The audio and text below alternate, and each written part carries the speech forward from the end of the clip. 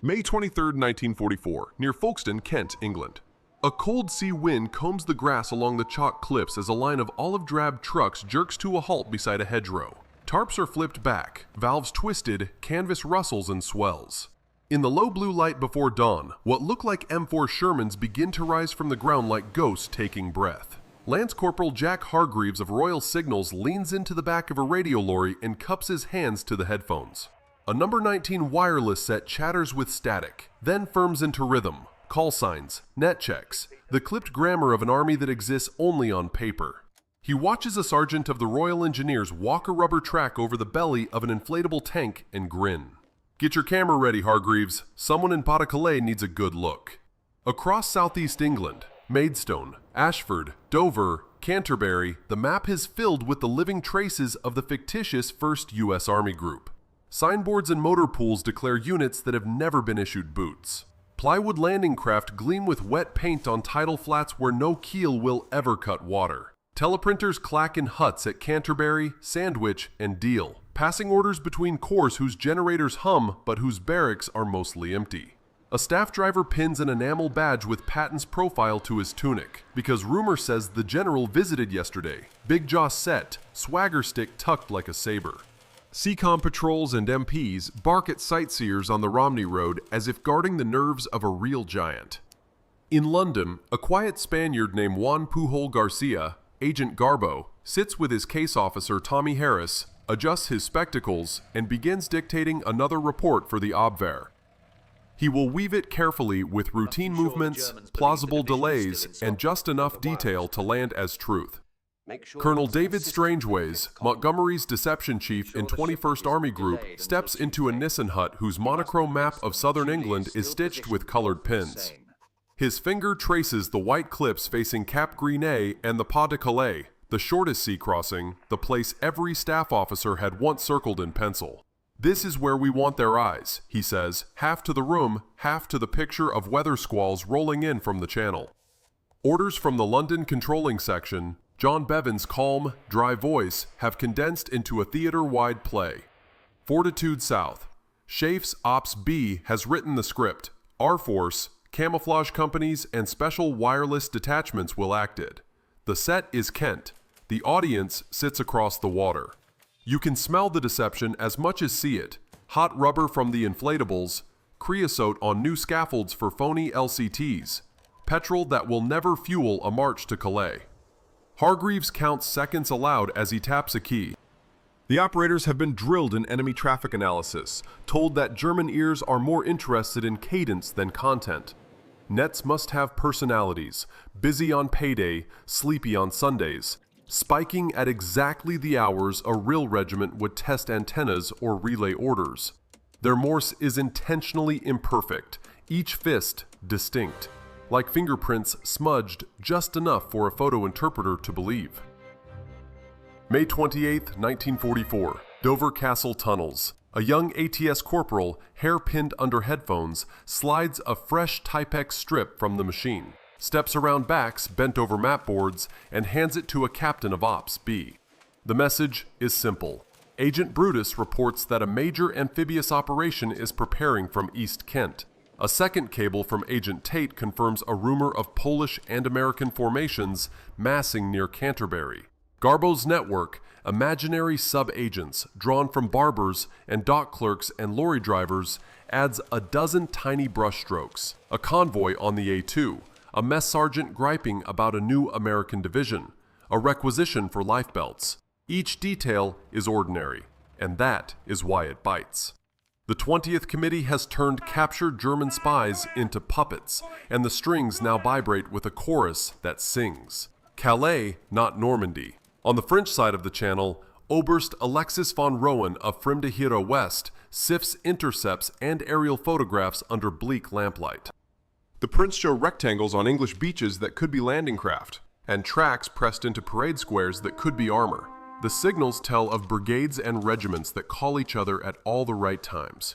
Above him, the wall map glows with pins for 15th Army, responsible for the Calais Bulge, and 7th Army guarding the Norman coast farther west. Rommel drives the Atlantic Wall crews on with death-eyed energy, telling anyone who will listen that the blow must be hurled back on the beaches.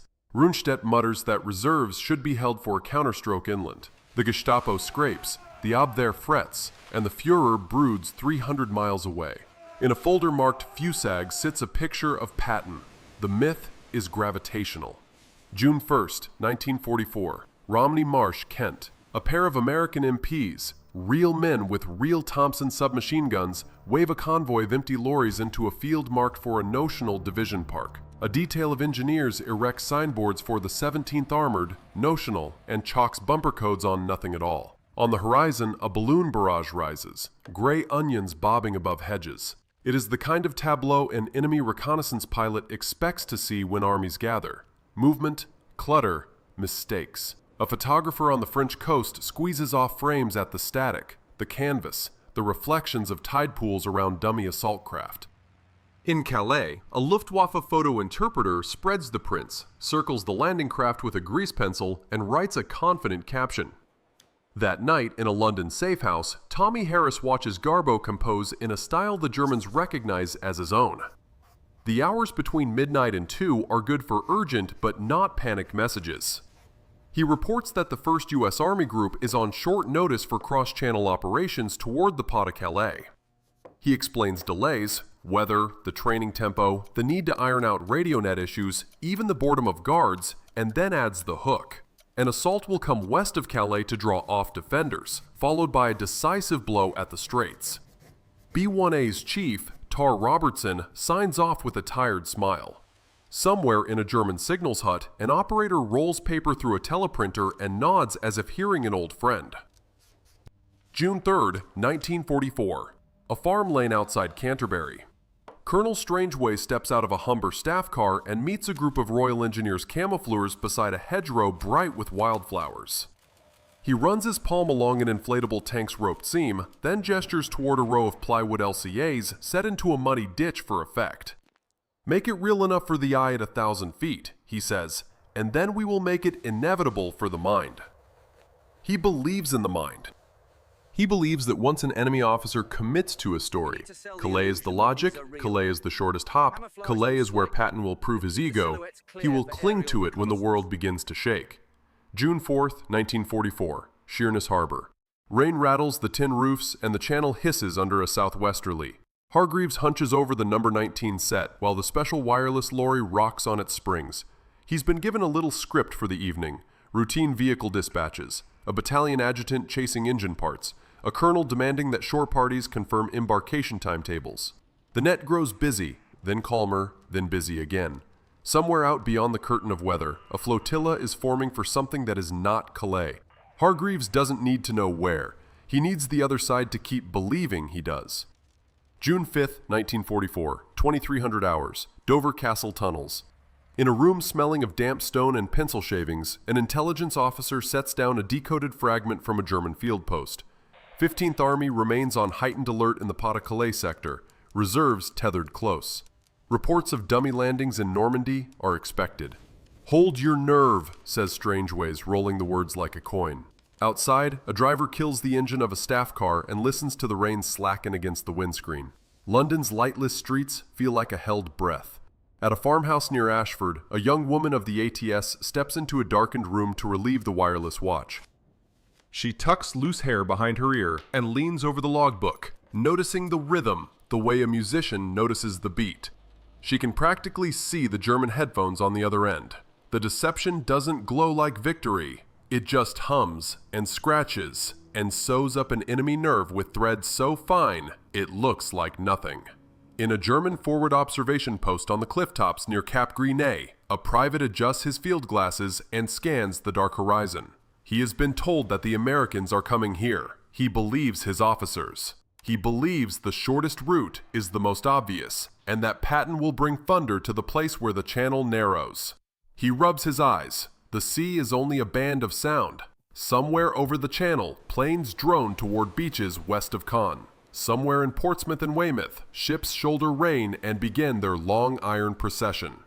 Garbo is preparing his midnight report. He will tell the Germans what they want to hear. An initial blow meant to fix, a decisive blow still to come. because the logic of Calais must outlive the first shock. And in Kent, as the sky turns a bruise-colored gray and the sea keeps its counsel, Hargreaves taps his key a final time and thinks about sleep. Keep the pattern, Strangeways tells his operators and his actors and his wire pullers. Keep them looking east when the thunder rolls west. June 6th, 1944, 0010 hours, off Cap Gris-Nez, French coast. A Royal Navy motor launch knives through black chop, its wake fizzing like torn silk. On the stern deck, two sailors wrestle a frame of corner reflectors into the spray, while a petty officer feeds bundles of aluminum strips, window, into the wind. The chaff lifts, flutters, and arranges itself into a drifting skin that radar will read as steel. Above them, bombers drone lazy ovals, laying fresh veils of echoes. The operation name, Glimmer, fits the feeling. A ghost fleet glinting on German screens, pacing slowly toward the Pas-de-Calais. You can hear the coxswain mutter as he trims throttle. Make them think we're 1,000 ships. On plotting tables along the French coast, Kriegsmarine officers draw pencil arrows that creep straight for Calais and Boulogne. Kent, England, 0045 hours. In the special wireless lorry outside Sheerness, Lance Corporal Jack Hargreaves logs time, as if rhythm alone can bend reality. His number 19 set coughs and steadies. The operators around him, our force hands now deep into their roles, pass traffic that tells a story. Embarkation officers chivying units that do not exist. Dispatchers nagging convoys that will never roll. A phantom regimental S3 asking whether the Pas-de-Calais beach codewords have been confirmed. The script is drilled into their heads. No florid invention, only the humdrum friction of a vast army doing ordinary things. The hour grows thick with it. A cat pads between boot heels, stops, and listens like a second set of ears. Dover Castle tunnels. 0110 hours. A teletype clacks a life of its own. The duty intelligence officer slides a decrypted strip toward Colonel David Strangeways. Reports from the French side suggest coastal batteries in 15th Army sector are on readiness. Patrol boats have been alerted off Calais. Strangeways rubs tired eyes and says to no one, "Good, keep them up all night." His pencil taps the map near Cap Gris-Nez where the channel pinches like a fist. Above his head, the chalk cliffs absorb the sea wind and give nothing back. German radar hut, Wimmeru, 0200 hours. An Obergefrieder leans into the cathode tube, tracing slow, fatting blips that behave exactly like a big convoy. He calls out ranges. A lieutenant checks against a second set. Bearings agree. Phone lines buzz in a chain. Coastal Artillery, Naval Command, 15th Army Headquarters. The report is calm, almost bored. The world, to German instruments, says the same thing every doctrine sketch has taught for years. The shortest crossing, the greatest threat, the blow at Calais. Portsmouth and Weymouth, 0230 to 0400 hours. The real armada heaves northwest of the Deception, bows rising and falling as if the sea itself breathes for them. The rain that plagued the last days has eased to a cold mist. On transports jammed with soldiers of the U.S. 1st and 29th Divisions, men settle gear and check rifles while chaplains move quietly among them. Far to the east, Glimmer's ghost procession keeps floating on glass. Between the two, the sky fills with engines, C-47s hauling paratroopers toward Cotentin hedgerows, fighter bombers saddling up to hunt road columns at first light. None of it points at Calais. London, a safe house off Baker Street, 0340 hours. Juan Pujol Garcia, Agent Garbo, clears his throat. He has crafted tonight's report with care, a tone of urgency bonded to bureaucratic delay that will guarantee it arrives too late for the first landings, yet early enough to be believed after dawn. In stiff, punctilious phrases, he notes troop movements, embarkation hints, and then the hook that matters most. The landings in Normandy will be an initial attack, intended to fix German forces. The decisive stroke will fall later, in Pas-de-Calais, under General Patton's First U.S. Army Group. His MI5 handlers glance at one another. The 20 committee strings hum. A clerk sets the signal in motion. Somewhere in Germany, a duty officer will pencil the time received and nod, convinced by the flavor of a source he has trusted for months. Normandy coast. Utah, Omaha, Gold, Juneau, Sword. 0530-0720 hours. The eastern horizon lifts. Naval guns speak in long, concussive sentences. LCVPs buck and dive through surf. At Vierville and Colville, smoke flats the wind as men clamber over the gunnels into water that claws at their belts. To the east, British and Canadian beaches open with method in the face of mines and pillboxes. The air fills with high, thread-like screams, the first rocket salvos, the hiss of 4.5-inch shells. The war here is immediate, granular, and the cameras will catch it. But the fulcrum of the morning lies 150 miles away, where belief fixes divisions in place. 15th Army HQ, near Tourcoing. 0810 hours. A colonel gestures at the wall map. Reports of landings in Normandy. The room tilts toward the pins that mark 7th Army's coast. A pause, the kind that fits between heartbeat and decision. Then doctrine, habit, and months of reinforced intelligence slide back into place. A diversion, says another officer, tapping the Calais bulge with his knuckle. The main effort will be at the Straits. Orders ripple outward. Units remain in position. Reserves stand to but do not redeploy. Coastal batteries maintain readiness against the approaching convoy. Even as radio traffic from Normandy thickens with words like Carentan, Bayou, and Caen, the staff returns to its original conviction. The mind keeps its first promise. Ashford, Kent, 0930 hours. Strangeways ducks into the wireless lorry. Hargreaves looks up, pale with fatigue, fingers still on the key. Sir, we've kept the cadence. Strangeways nods, flips open a folder labeled Quicksilver, Fortitude's wireless arm, and sketches a few last-minute net drills on a pad. Make them believe you're bored, he says. Bored men have time to talk. Outside, in farmers' fields and along hedges, inflatable Shermans slump and rise in the sun like animals drowsing after rain. MPs chase nosy civilians away from a wharf where plywood landing craft sit perfectly framed for an enemy lens. German coastal battery Cap Greenet, 10:30 hours. Gunners stand by in sweat-rimmed casemates. The convoy on the scopes has slowed as if dressing lines before an approach.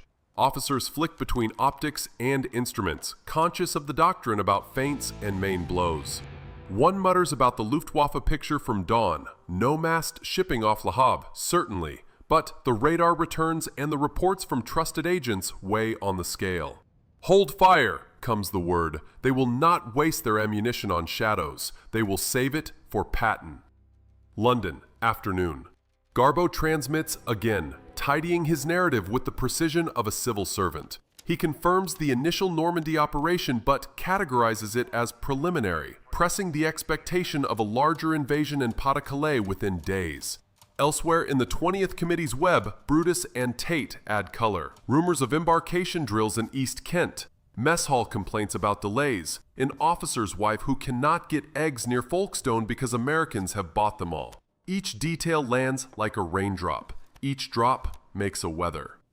Combayot Road, evening. German armored battle groups grind forward under a sky that keeps hatching enemy aircraft. The 21st Panzer lunges, stumbles, and is bitten by fighter bombers.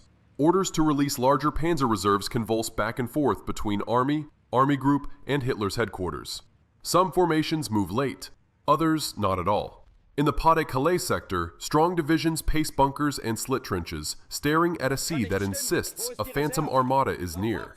The soldiers complain about being tied, but the fear of being duped at the decisive point is stronger than any impatience. Kent, midnight. The special wireless set has softened to a purr. Hargreaves rubs his face and leans back, listening to the lorry tick as it cools. He thinks of the men in Normandy and the men holding back to face a blow that never comes. He thinks of the odd heroism required to make nothing look like something until the something has had time to live. Strangeways steps into the doorway. Keep the nets alive tomorrow, he says. If they believe Calais is still coming, they will sit. If they sit, our boys dig in. June 7th, 1944, morning. In a Berlin office with curtains drawn against the light, a duty officer lays a decoded agent report on a desk already crowded with maps of northern France. The signature is familiar, the tone is level. The conclusion is reassuring to a system that prefers its certainties stiffened. The main landing will be in Pas-de-Calais, timed after the first wave draws German reserves west. The report moves, initials, stamps, a brief nod. In the Pas-de-Calais trenches, men heat coffee, shift rifles in their laps, and keep watching the line where water meets air. Back on the channel, the Glimmer flotilla comes off station. The chaff thins, curls into the waves, and disappears. The dummy camps will not. The wireless nets will not. The double agents will not. The blindfold that was slipped into place over months will stay, drawn snug, because it is made of logic and pride, as much as it is of rubber and radio. And you, watching the map as arrows bloom from beaches named after fish and metals, feel the delicate weight of a deception that must not win glory on any beach, but must hold an army where it stands. In the language of staff officers, you are buying time. In the language of soldiers, you are keeping friends alive. June 7, 1944. 15th Army HQ near Tourcoing. Rain needles the window panes while a staff captain adjusts his spectacles and reads out a morning digest. Multiple Allied lodgements in Normandy. Scattered airborne reports. Armored counter-thrusts blunted east of Caen. A colonel plants 2 fingers on the Pas-de-Calais bulge of the wall map and says what the room needs to hear. This is the decoy. The Schwerpunkt will still come here. Pencils resume scratching. Liaison phones begin their choreographed ringing. The muscles of an entire army, static divisions from Dunkirk to Boulogne, mobile reserves in depth, tighten and wait for Patton's blow. Kent, England, 1,000 hours. Outside Ashford, inflatable Shermans steam in the new sun, their rubber skins beating with last night's rain. Lance Corporal Jack Hargreaves wears the warm fatigue of a man who hasn't slept but can't afford to slow. Quicksilver's wireless nets thrum with ordinary irritations. Supply tallies, guard rosters, inspection gripes. Strangeway steps in with a thermos and a nod. Cadence first, he reminds them softly. Content second. The discipline is almost monastic. Never improvised drama, only routine. A real army makes noise. The counterfeit must make the same noise at the same time. London, 20, committee room, afternoon. Juan Pujol Garcia, Garbo, places his hands palm down as if ironing creases in his careful prose. He dispatches a follow-up report that treats Normandy as preliminary. He writes of timetable friction and of a main effort across the strait once weather and tides align. MI5's Tar Robertson watches the message go and exhales. The tradecraft here is a tightrope. Give the enemy enough truth to keep the source golden, enough delay to prevent actionable warning, enough reassurance to hold their fears at the right spot on the map. June 9th, Hitler's headquarters. An adjutant presents a digest of Fremde Heere West assessments. Oberst Alexis von Romana's cool summaries point to the stubborn logic of the straits. Short crossing, best ports, interior road net. Normandy, he suggests, fixes reserves. Calais will take the hammer.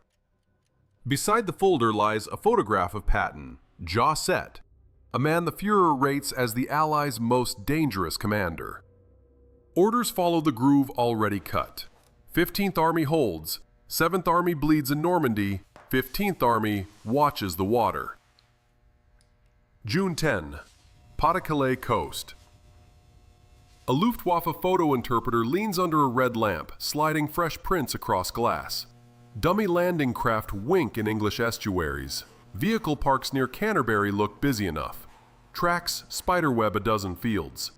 An analyst's pencil circles. Captions, adds neat arrows. The mind loves patterns.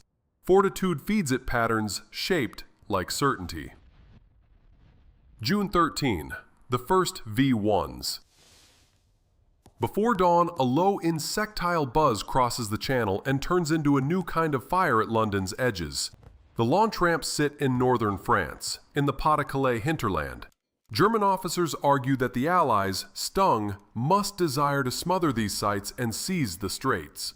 The deception finds a dark ally in the vengeance weapon. In Kent's fields, barrage balloons lift again. In London's safe house, Garbo updates his web. East Kent units increased alert states. Embarkation rumors persist. 1,000 tiny stitches draw the same picture. Mid-June, Caen, Tilly-sur-Seulles. In Normandy, the battle turns heavy and local. British and Canadian armor folds itself into the bocage and grinds forward. U.S. infantry fights hedgerow by hedgerow. Every mile is bought with time and lives. Yet, far to the east, whole German divisions, fresh, well-equipped, remain leashed to the notion of a second landing. A staff major in 15th Army, cigarette chalking his fingers, drafts and redrafts movement tables that never execute. He underlines, "Stand fast," and wishes for clarity that will not come. June 18, Dover Castle tunnels. A Typex clatters. A courier slides the strip onto Strangeway's desk. Intercepts from across the water show 15th Army reaffirming its posture. Hargreaves, called in for a breather and tea, listens to the room tension ease a notch. "Keep behaving like you're late for Calais," Strangeway says with a half smile. "If we are tiresome to ourselves, we are convincing to them." Outside, along Romney Marsh, MPs chase civilians away from plywood LCIs, set at just the right angles for enemy cameras at dusk. June 19 through 22nd, the Great Channel Storm. Out at sea, a gale takes on the shape of malice. Waves chew piers and slam ships against ships. Off Arromanches, British engineers fight to keep Port Winston alive. Off Omaha, the American Mulberry breaks under the beating. The Atlantic Wall may be concrete, but the Allies' bridge is steel and hope. In Kent, dummies sag and flap.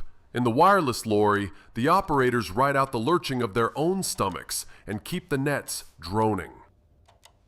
The storm's gift to the deception is paradox. German staffs conclude that no rational enemy would attempt a decisive second crossing through such weather. Therefore, the second crossing must wait. Therefore, 15th Army sits. The blindfold tightens. Late June, Berlin. Garbo's latest cable lands with the dry thump of a familiar book. He confirms that Normandy remains active, that Allied shipping in the east is still massing, that an amphibious blow in the Straits is planned after suitable preparation. The phrasing is almost tender in how it strokes pre-existing belief. Elsewhere in the network, Agent Brutus and Agent Tate add the routine gossip that intelligence officers love. A petrol shortage in a notional division. A complaint about American cooks ruining an English roast. A requisition for extra life belts at Deal. These are the feathers that make the arrow fly. June 28th, near Calais. A German private scrubs rust from a coastal gun's breech and wonders aloud whether the war has forgotten them. The sergeant snaps that Patton will come when he comes. They drink coffee so strong it feels like punishment, and scan a sea that whispers without telling. In a nearby signals hut, a corporal nurses a headache and logs more of the same. Radar blips that amount to weather. Agent reports consistent with an invasion that refuses to arrive. Orders to be ready for the decisive moment. He dreams of motion and wakes to stillness. Early July, Kent. Patton's name remains a banner. Press clippings of the general's public appearances are accidentally left where they will be noticed. A handful of carefully staged visits to East Kent camps keep the theater alive. Hargreaves watches an American staff car roll past a dummy motor pool, a real general's cap visible for a second through the glass, and only then realizes the man inside is not Patton at all. It doesn't matter. The point is the shadow he casts. The point is for German eyes to see what they wish to see. July 3, OKW Conference. Reports from Normandy describe a slog. The British fix German armor near Caen, the Americans chew toward St. Lo. Requests to release additional formations from 15th Army to 7th Army meet the same immovable wall. Fear of the faint. Hitler's pencil taps the table. Not yet. The map pins do not move. In the Pas-de-Calais sector, divisions practice counter-landing drills for a landing that lives only in radio, rubber, and rumor. July 6th, near Bayeux. Patton steps onto French soil. The Third Army's staff begins to draw breath and find its desks. This movement is veiled, almost furtive. The legend requires Patton's shadow to remain in England. The deception machine compensates. Garbo reports that the general still inspects formations in Kent. Wireless nets keep calling his Phantom Corps. Dummies keep their posture as if awaiting inspection. A double exposure emerges. Patton in two places at once. One for reality, one for belief. July 10th through 12th. Caen. Operation Charnwood pounds the city's northern quarters. Rubble beads with dust and flies. German commanders, battered, ask again for reinforcements from the 15th Army. Again, the calculus clicks. If Calais is still the main danger, then Normandy must be held with what is already there. The phone lines carry the word back like a tired tide. Mid-July, Ashford. Hargreaves dozes upright, jolts awake, and stares at the radio face the way men stare at hearts. A dispatch rider brings a bundle of routine. Inspection schedules, embarkation rehearsals, a fuel issue form misdated and rewritten with imagined irritation. He takes his pencil and gives each item life in Morse. Around him the lorry smells of damp canvas and oil, of the small human world a deception unit builds to convince itself it exists. July 17th, Normandy, Villers-Bocage Road. News filters into every tent and billet. Rommel's staff car has been strafed. The Desert Fox is out of the fight. The German command picture grows more brittle. In a Berlin office, the shadow of July 20th creeps closer. In northern France, distrust and fear tether decisions to habit. 15th Army still guards the straits. July 18th through 20th, Operation Goodwood. East of Caen, British armor surges beneath a sky stuffed with bombers. The ground heaves and then grips. Smoke pours into summer heat. German panzers stave off a breakout, but at a price in steel they cannot easily pay. In the Pas-de-Calais trenches, a private reads a 3-day-old paper about the Battle of Caen, spits into the dirt, and looks at the water. The order to move never comes. July 24, somewhere in Kent. Strangeways meets his small team in a hut stippled with cigarette burns. "We hold them a little longer," he says, voice thinned by edgeless fatigue. "Then the truth will make its own weather." He knows that intelligence faith is like concrete. It sets slowly, and once cured, it requires a hammer to break. In the Channel ports, the hammer is massing, but not for Calais. In these weeks, the victory has a strange shape. You cannot photograph it. You cannot pin a ribbon to it. It is men not sent to kill other men because an army stayed where it was told to wait for a blow that would never land. It is the invisible weight of belief, pressed like a thumb upon the scales while bulldozers lay track at Port Winston and Liberty ships crowd the Solent. It is time, the oldest ally, purchased with ink, rubber, and the patient heartbeat of a wireless key. By the end of July, the lodgment in Normandy is a fist with knuckles forming. West of St. Lo, a seam is appearing, thin at first, then widening under artillery's cold logic. The next section of this story will run there, along hedgerows that give way to lanes streaming with diesel and dust. But here, in the east, along a coast that never saw an American boot, the blindfold remains in place. July 24 through 25, 1944, St. Lo-Perrier Road, Normandy. Before dawn, the sky is a low iron door. Then it opens. B-17s and B-24s march in box after box, a geometry of thunder that seems to pin the horizon to the earth.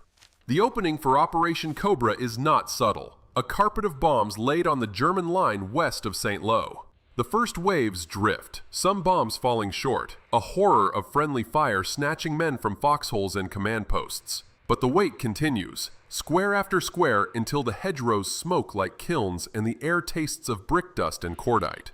When the ground forces move, U.S. 7th Corps, then 8th Corps, what begins as a push becomes a break, and what becomes a break begins to look like floodwater testing a levee. Pas-de-Calais, same morning. On a concrete apron near Boulogne, soldiers of the 15th Army stack shells that will not be fired today. A sergeant wipes his hands on a rag and tells a private what he has told him for weeks. The main blow is ours to meet. The Americans in Normandy are bait, noise, prelude. The private nods, hollow-eyed from boredom and V1 night shifts. He can quote the idea back perfectly.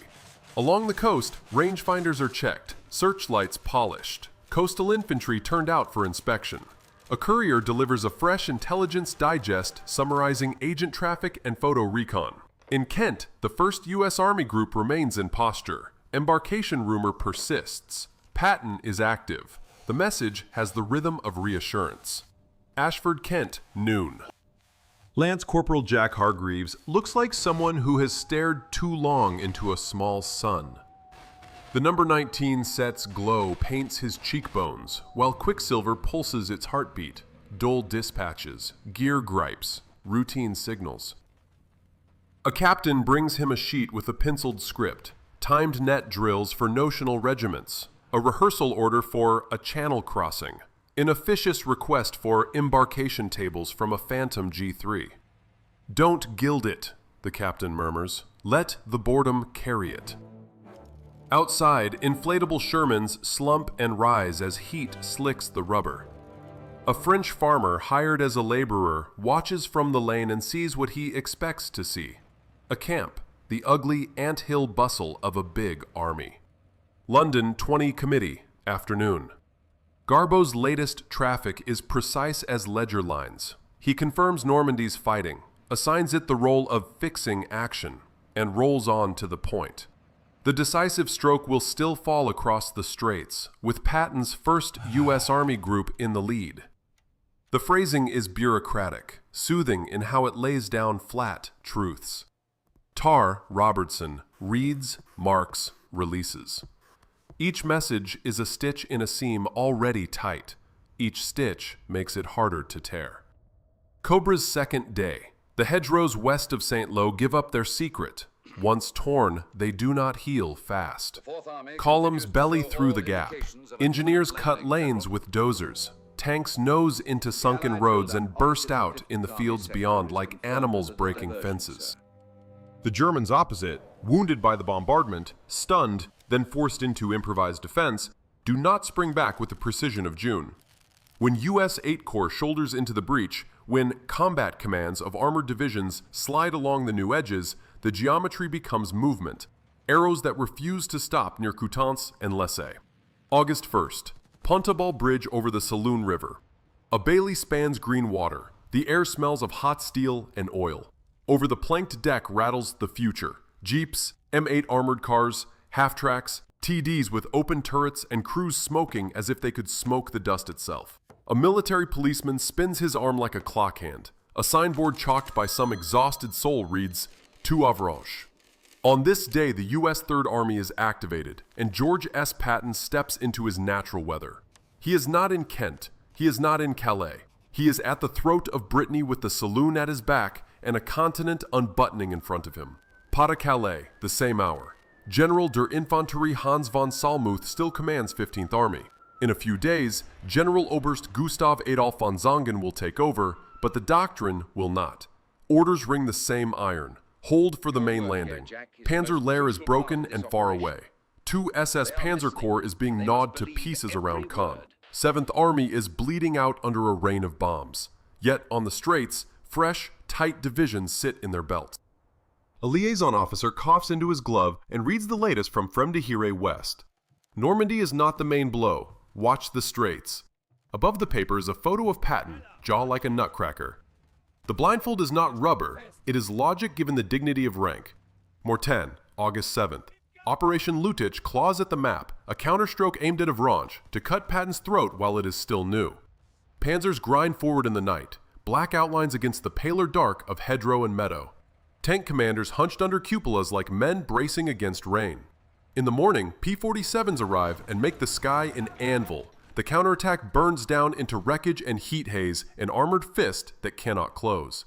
On staff tables from La Roche-Guyon to Berlin, pencils skitter. Requests to release more formations from Pas-de-Calais run into the same hard shoulder. Wait for the real invasion. You could chart the attrition with the eraser crumbs. Kinton, London, mid-August. Garbo's tone does not change. He continues to report East Kent embarkation friction, to mention shortages and petty complaints inside imaginary units, to reinforce that a decisive operation looms at the straits. In Romney Marsh and around Dover, wireless nets hold the time signature of a large force. In daylight, MPs chase civilians from wharves that display plywood landing craft, the paint conveniently fresh. At dusk, a camoufleur drapes netting over dummies whose seams are splitting from the sun. We're playing to an audience that has already chosen its ending, Strangeways tells Hargreaves, almost kindly. All we do is keep the curtain down for long enough. August 12th through 21st. Falaise, Troon, Chambois. The map tightens like a noose. Canadian and Polish armor drive south. Americans push north from Argentan. British pressure east of Caen pins what it can pin. The pocket does not close cleanly. All battles are seams and edges. But the bag is there. Tracks grind, engines whine, columns try the roads and are chewed by artillery and fighter bombers. A Polish tanker at Montormel watches the valley and says nothing for a long time. When it is done enough to count, the numbers are meat and iron. Tens of thousands of prisoners. Panzers abandoned black and toothy in ditches. Wreckage strung like beads along lanes choked with dust and smoke. Seventh Army is no longer a shape so much as residue. Pas-de-Calais, late August. Only now does the logic begin to crack. Orders arrive to thin the coastal belt, to peel formations away toward the Seine, to face south, always south, toward a foe that has already crossed the river in several places. But the movement is late and ragged, and what leaves the straits does not arrive in Normandy. It arrives in a retreat that has no good destination. Von Zongen will try to salvage 15th Army by lifting pieces along the Scheldt when September presses in. A different story of ports and estuaries and a city called Antwerp. In the barracks near Calais, the private who has watched water for weeks trudges to a truck with a kit that smells of old soap and damp wool and thinks, if Patton was in Kent, how is he at the gates of Brittany? How is he near the Loire? How is he here and not here? Somewhere on the Brittany road's August heat, the Red Ball Express begins to discover its own legend. 2.5-ton trucks hammer east in lines that glitter with tin mugs and spare tires. Gasoline sloshes, dust lifts and hangs so thick you can taste it like flour. Third Army spills across maps. Brest, then Angers, then Le Mans, while the First Army pivots, while the British and Canadians press, while the Channel ports are written into orders with new sharp pencils. In all of it, the time gained by a phantom army is being spent like money in a city at war. Every mile of forward road is a receipt. Dover Castle tunnels, Strangeways signs a last packet with a hand that trembles more from tea than nerves. The Quicksilver nets will taper, the dummy camps will thin. The play has run to its last scene. He stands in a corridor of sweating chalk and listens to silence the way you listen to the surf after a storm. Attentive, grateful, disbelieving. He thinks of men he will never meet digging in June because an enemy army did not come when it might have. He thinks of the awful, necessary fraud of it, of the months spent making ordinary lies with extraordinary care. Ashford, evening. Hargreaves steps out of the wireless lorry and blinks into a sunset that feels too gentle for the names it has held. Cobra, Mortagne, Falaise. He rubs the groove the headphones have carved above his ears and tries to imagine the shape of victory. Not a flag on a cliff or a statue toppled in a square, but an absence, a gun that never fired, a division that never moved, a bridge that was still there when someone needed to cross it. He laughs once, quietly, at the dumb perfection of it, then lights a cigarette in a wind that can't quite make up its mind. Berlin, a dim room. The report sits on a desk without a hand to claim it. It does not matter what it says. The shape of the war has stepped around it. In a week, the map will be different. In a month, it will be unrecognizable. The blindfold does not fall with a snap. It frays, a knot loosening here, a thread giving way there, the cloth simply sinking under the weight of events. By the time anyone pulls it free, the eyes beneath are ringed with the shadow of it, weeks of staring at a sea that had nothing to say. August 19th, 1944. Monte-Gassicourt on the Seine. A pale sun leans through river mist as engineers nose assault boats into water the color of hammered lead. Across the current, rifle crackle flickers along the far bank, low and mean. A lieutenant of the U.S. 19th Corps wipes condensation from his binoculars and sees what he has prayed to see for weeks. The German line is thin, brittle at the edges. Behind him, trucks idle in lines that seem to run back to Normandy itself, each loaded with fuel cans rattling like chains. The breakout that began at St. Lo has become a habit. Momentum is a road with its own appetite. The Seine crossings turn habit into geography. Bridges rise with the sound of rivets and swearing. Once steel lands on stone, the war changes lanes. Pas-de-Calais, same morning. A coastal company falls in on a parade square stenciled with salt stains. The first sergeant barks names. The men stare beyond him at a horizon they have memorized. Weeks of readiness have cut grooves in their days. Inspection, watch, drill, stew, watch again. A paper circulates with fresh arrows toward Normandy, the sort of staff illumination that usually means someone else is moving.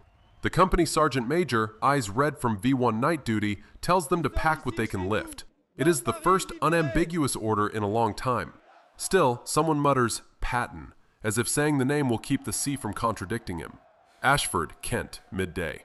Inside the special wireless lorry, Lance Corporal Jack Hargreaves pulls the headphones down around his neck and studies the logbook's last pages. The net still has a pulse, but it is a convalescence pulse now, slow and shallow. Quicksilver's drills taper by design. Fewer calls, longer gaps, the natural quiet of a formation standing easy. Strangeways steps up into the van's hot gloom, holds a palm above the set's valves as if blessing them, and says, "We end as we began," politely. Outside, under nets patched and patched again, a row of inflatable Shermans lies on its sides like seals hauled out on shingle, their seams whitening in the sun. August 22, Avenue de la Grande Armée, Paris. A French tricolor snaps against a blue so clean it looks invented.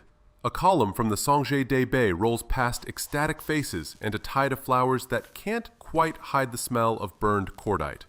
At the Hôtel de Ville, a mayor will pronounce the city saved by itself. At a crossroads near the Arc, a private from the 4th Infantry Division will weep into his sleeve because he has never seen joy look like thunder. In a room not far away, a German officer burns papers that tell a story about Calais that no longer guarantees safety.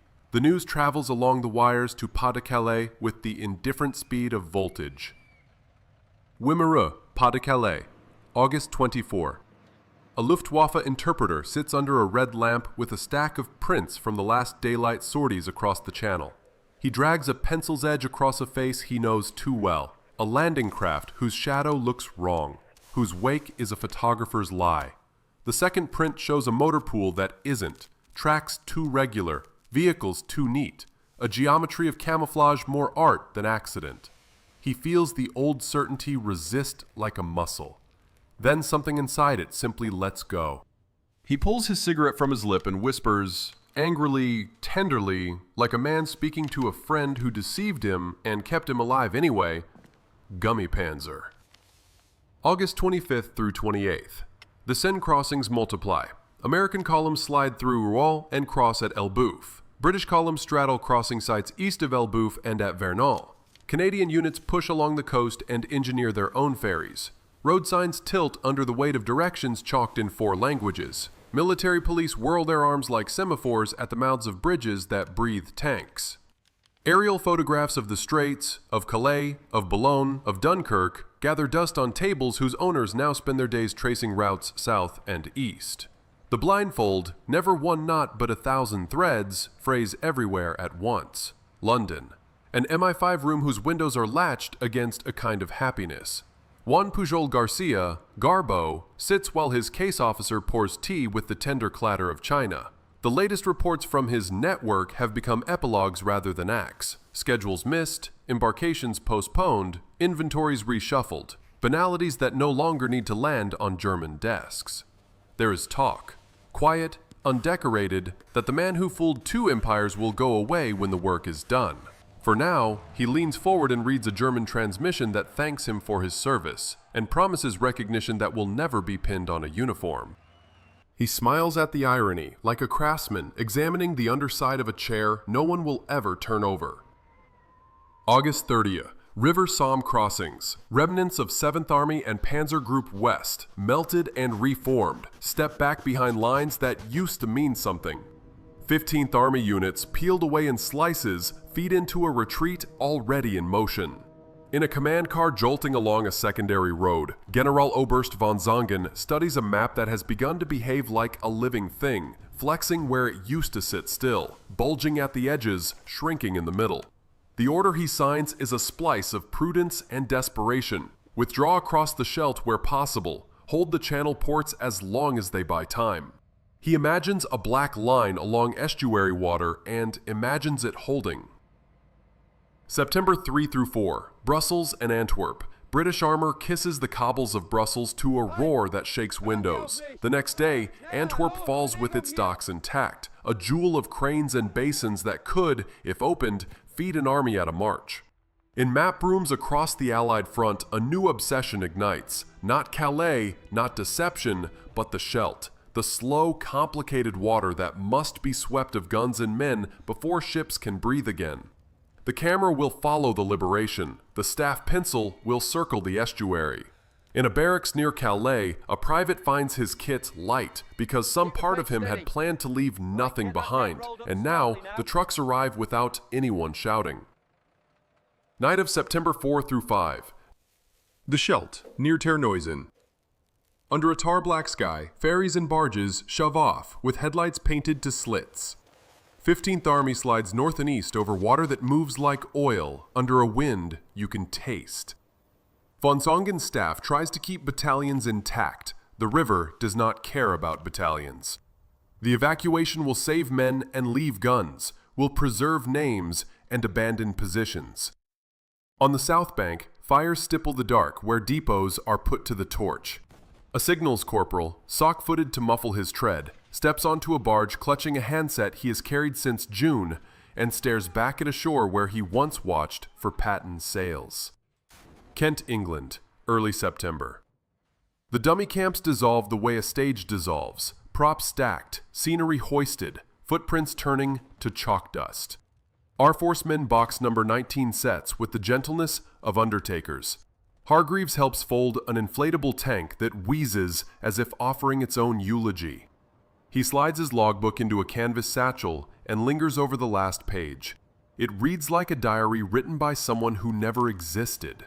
Strangeways shakes his hand without speeches. When they ask what you did, he says, tell them you made time. Calais, September. Canadian artillery parks nose to tail along farm lanes that curve like cursive. The siege is mean and close, smoke smeared into the wind like paint. German guns answer with the stubborn dignity of steel that has done all anyone could ask of it. Civilians count hours in cellars.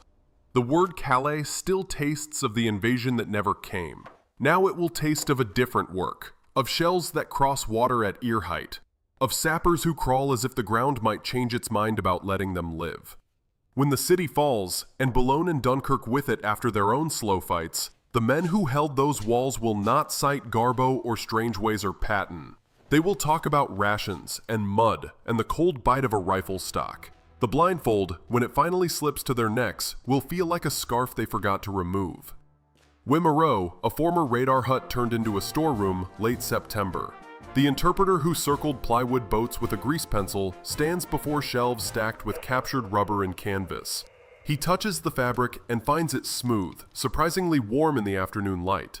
In a crate, he discovers a signboard from a Kent motor pool, painted with a unit designation that never was.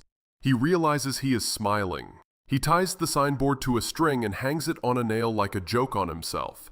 Then he takes it down and tucks it under his arm. There are museums that will want it, he thinks. There are museums that will not know what to do with it. London, autumn rain.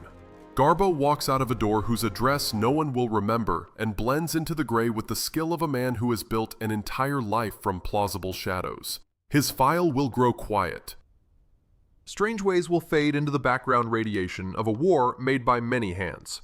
Hargreaves will carry the smell of hot valves and damp canvas for years, and when someone at a pub asks what it was like in Kent that summer, he will say, busy, because any word more heroic will feel like a theft.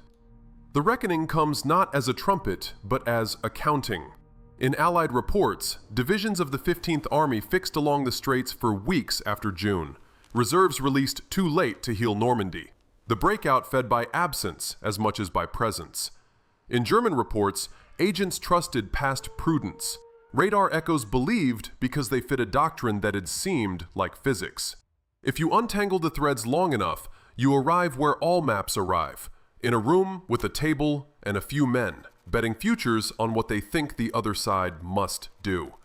Fortitude won that bet by offering the enemy a story the enemy preferred to any other, and so the afterimages linger. The rubber smell in a Kent hedgerow, the faint black dust on a Dover tunnel map, the private in Pas-de-Calais who learned to watch the sea the way a miner watches rock. The war will push on to rivers with older names and cities with deeper wounds. But the summer, when a phantom army kept real men in real trenches, is stitched into the lining of every mile that followed. September 9th, 1944, Dover Castle tunnels. The air smells of chalk and damp paper. A fatigue party in rolled sleeves lifts the big wall map, the one pricked with a summer's worth of colored pins, and eases it off its hooks. The pinholes look like constellations, the channel chalked a weary blue. Colonel David Strangeways pockets a stub of pencil and runs a thumb over the ghostly ring where a coffee mug sat for weeks. Careful with those layers, he says, and the sappers obey as though the map were a patient on a table. A Typex machine ticks once and goes still. On a bench, a folder stamped Quicksilver bulges with carbon copies and grease-smeared signal logs. You can hear boots overhead on the parade square, a new tempo now that the war has pivoted toward Belgium and the Scheldt. Ashford, Kent, same morning. Lance Corporal Jack Hargreaves slides the headphones from his neck and lays them on the number 19 set as gently as if setting down a sleeping child. The valves thread a last faint orange. On the lorry's floor sits the logbook that has eaten his summer. Pages of time checks and nothing to see here messages that kept a whole field army facing the wrong horizon. A Royal Engineer climbs in grinning and thumps the canvas wall. Right, mate, fold the circus.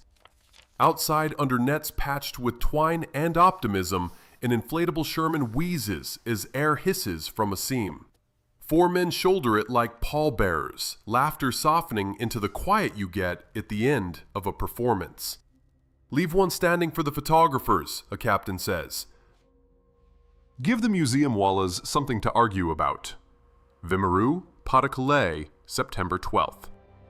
The Luftwaffe photo interpreter, the one who circled plywood boats under a red lamp, shuffles through a captured stack of Allied camouflage pamphlets. He traces a finger over a line drawing of a Gummipanzer MK Sherman inflatable, annotated in English handwriting tidy as schoolroom script. The room is now a storeroom, cracked shell boxes, a stack of rubber noses for dummy landing craft, a signboard in American stencil that reads 17th Armored, Vehicle Park, Authorized Personnel Only. He turns the sign over. On the back, a British hand has penciled, Look up, Alexis.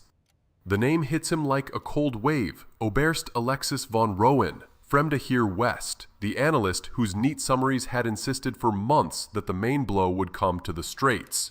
The interpreter presses the wood to his chest for a second, then tucks it under his arm like contraband memory.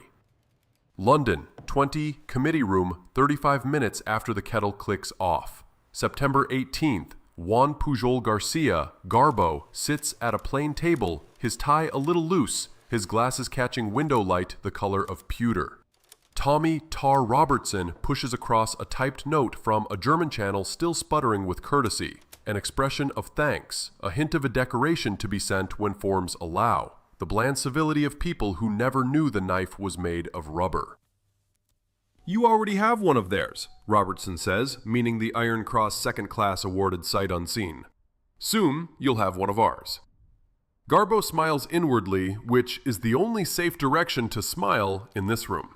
He thinks of his imaginary sub-agents, the barber, the harbor clerk, the bus conductor, phantoms whose gossip built a prison of belief.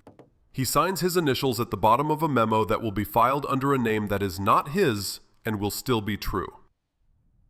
September 25th, Romney Marsh, Kent. Strangeways walks the last rank of dummies, their rubber hides already dust-flecked, seams chalking white in the wind. He stops at a plywood LCA tilted naturally in a drainage ditch and taps the hole. The sound is thin, theatrical, like a drum in a music hall. We kept them, he says, not to anyone in particular.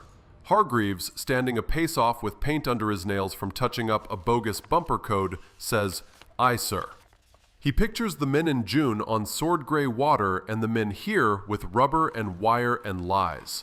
The oddness of it sits in his chest, pride with a bruise under it. October 12th, 1944. Berlin Plötzensee prison, dawn that refuses to warm. Keys rattle, footsteps in a corridor, a sheet of paper on a desk with a name, Alexis von Rona. The charge, the sentence, the shrug of a regime chewing its own nerves. Somewhere, a clerk pulls the file that contains his analyses pointing to Pas-de-Calais and smooths its corners with a thumb. The machinery goes about its work with the calm of a drill. Outside, a bicycle creaks past on a street that already forgets. November 25th, 1944. London.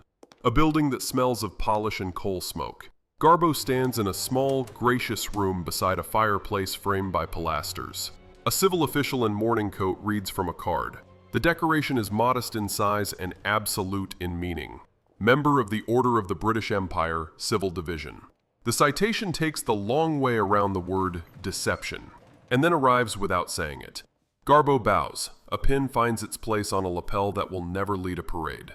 Later, in a hallway where the paint is good and the air is cool, he meets the eyes of a young clerk, and they exchange the brief, conspiratorial smile of two people who have agreed, wordlessly, to keep something vast and human in a small, quiet envelope. December 7th, 1944. Q, War Office Registry. A corporal wheels in a trolley stacked with gray archival boxes. A clerk, ink-stained, hair parted like a protractor, labels them with a blocky pencil. Bodyguard / Fortitude South / Quicksilver wireless. Hargreaves, on temporary attachment, signs to certify the deposit. He hesitates, then slips the last page of his personal log, a sheet with smudged graphite and an accidental thumbprint, between the tissue and the lid. The clerk notices and says nothing. Paper has become a kind of memorial. December 16th through 24. Ardennes. Snow and diesel. Pines the color of gunmetal. A bulge that looks for a week like a fist punching west. Somewhere at Chaff, a tired officer mutters that if the Germans had held fewer divisions for beaches that never broke, they might have found more weight for the forest that did. The thought is suspended like breath in cold air. It isn't a boast, it's an accounting entry. A debit on a ledger printed in men. January 2nd, 1945. Canterbury. A postman puts a buff envelope through a slot. It lands on Hargreaves's hall rug with the authority of a book. Inside, a posting order to a signal training battalion, a slip authorizing 5 days leave, a note from a captain who signs only his surname, Lewis, thanking him for professional conduct in deception duties, Ops B, R Force, Quicksilver. Hargreaves sits on the bottom stair, letter folded in half across his knee, and feels suddenly that he has been holding his breath since May. He lets it out, and here's how quiet the house is when you remove a war from it. March 7th, 1945.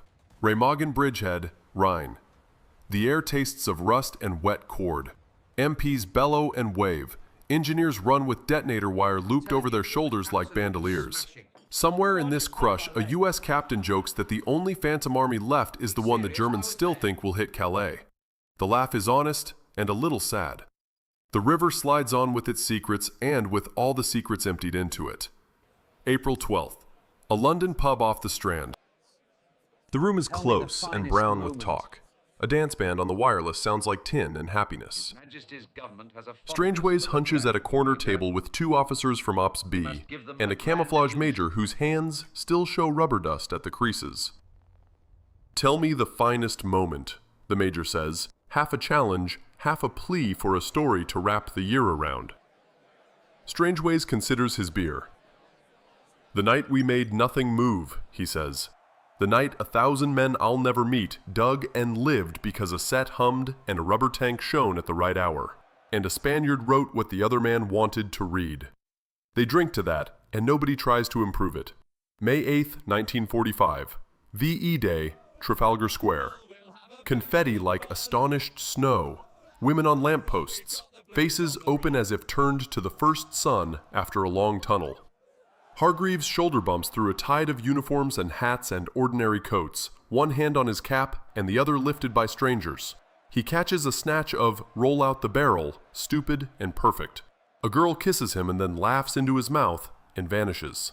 He ends up on the plinth of a lion with a view of a city refusing to go to sleep. In the crush, he recognizes Tommy Robertson by the set of his eyebrows and his careful smile. Recognizes him and chooses not to shout the man's name. This is a day for loud things. What they did belongs to the quiet. June 3rd, 1945. Calais, a seafront with windows gapped like missing teeth. The German interpreter, no longer Luftwaffe, no longer much of anything, stands where he once measured convoys by the pulse of a cathode tube. Children kick a punctured football and shout a hybrid French that makes his heart twist.